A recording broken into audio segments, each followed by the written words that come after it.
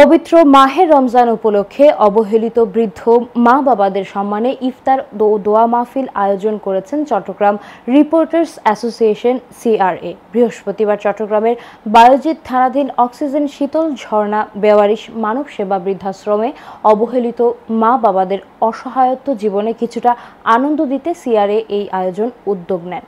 সংগঠনের সভাপতি সোহাগ আরেফিনের সভাপতিত্বে ও সাধারণ সম্পাদক নুরুল আমিন খোকনের সঞ্চালনায় ইফতার ও দোয়া মাহফিলে উপস্থিত ছিলেন কালের প্রতিচ্ছবির সম্পাদক হাসান আল মামুন, ব্যবসায়ী মিজানুর রহমান, কুলটেক কর্পোরেশন চেয়ারম্যান মোহাম্মদ ওমর ফারুক, সংগঠনের সিনিয়র সহসভাপতি আজিজুল হক আজিজ, যুগ্ম সাধারণ সম্পাদক আব্দুল কাদের রাজু, মোহাম্মদ রাশেদ, সাংগঠনিক সম্পাদক মোহাম্মদ রুবেল, অর্থ সম্পাদক সাইফুদ্দিন রমিজ, দপ্তর সম্পাদক মোহাম্মদ আশরাফ উদ্দিন, প্রচার সম্পাদক রুমেল চৌধুরী সহ সাংগঠনিক সম্পাদক মোহাম্মদ শাকিল, সহ দপ্তর সম্পাদক মোহাম্মদ রবিউল হোসেন, সহ প্রচার সম্পাদক MR মিলন সহ সংগঠনের অন্যান্য নেতৃবৃন্দরা।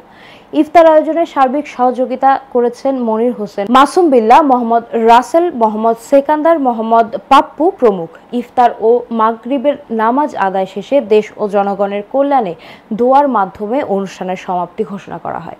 এইখানে দাওয়াত পেয়ে আসি, আমার কাছে বুঝতে পারে যে এখানে সেভাবে নিজের নিঃসন্তান নির্যাতিত আমার আপনার সকলের ভালোবাসার রাস্তা, ভালোবাসার ঠিকানা জনম দুঃখিনী মা বাবাদেরকে দেখতে আসছে, তাদের সাথে একটা ইফতারের আয়োজন করছে।